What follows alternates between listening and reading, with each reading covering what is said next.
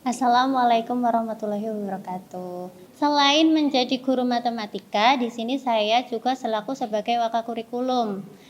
Berikut saya akan jelaskan secara singkat terkait struktur kurikulum di SMA Budi Utomo Surakarta.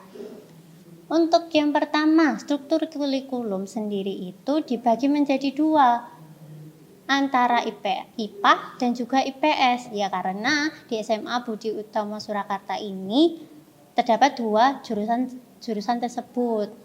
Kalau misalkan nanti tahun depan ada bahasa Indonesia, nah struktur kurikulumnya akan bertambah jadi satu, yaitu IPA, IPS dan juga bahasa. Tapi untuk tahun ini hanya akan ada dua, yaitu IPA dan juga IPS.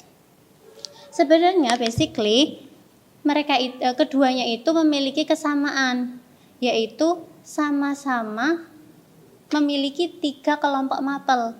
Kelompok yang pertama itu adalah kelompok wajib atau umum, sedangkan untuk kelompok yang kedua adalah kelompok mata pelajaran minat. Untuk yang ketiga adalah kelompok mata pelajaran lintas minat. Oke, saya jelaskan sedikit tentang mapel wajib, peminatan, dan juga lintas minat. Untuk mapel wajib itu ada 10 mata pelajaran, antara lain ada PAI, Bahasa Indonesia, terus habis itu matematika wajib, sejarah Indonesia, bahasa Inggris, dan yang sudah ada nanti dikasihkan PPT-nya itu. Terus untuk yang peminatan itu terpecah menjadi dua, karena jurusan di SMA Budi Utomo Surakarta itu ada dua, ada IPA dan juga ada IPS. Untuk IPA itu ada biologi, fisika, kimia, dan juga matematika minat. Nah, untuk jurusan IPA, matematika itu ada dua, yaitu matematika wajib dan juga matematika minat, seperti itu.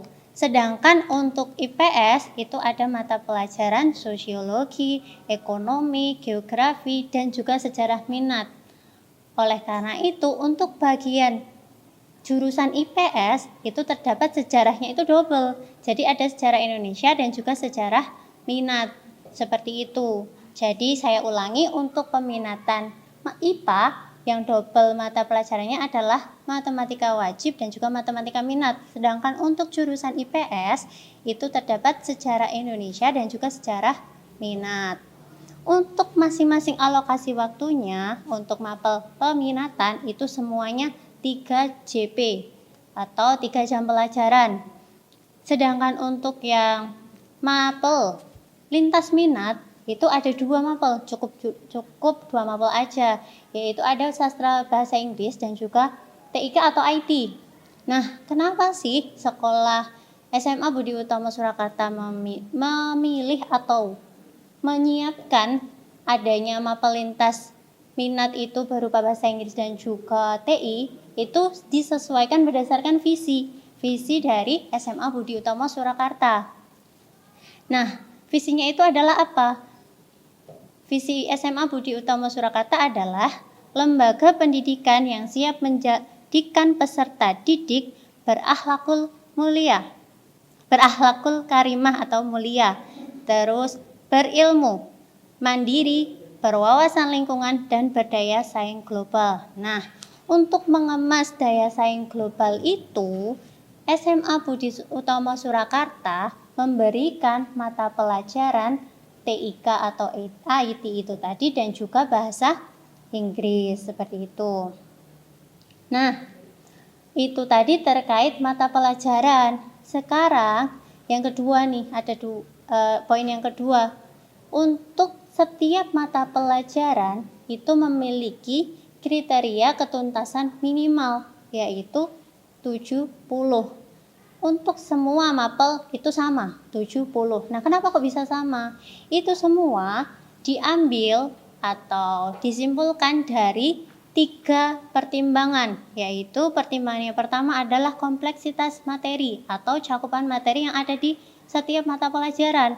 Untuk yang kedua, itu adalah karakteristik peserta didik atau indeks siswanya, berdasarkan karakternya masing-masing setiap peserta didik.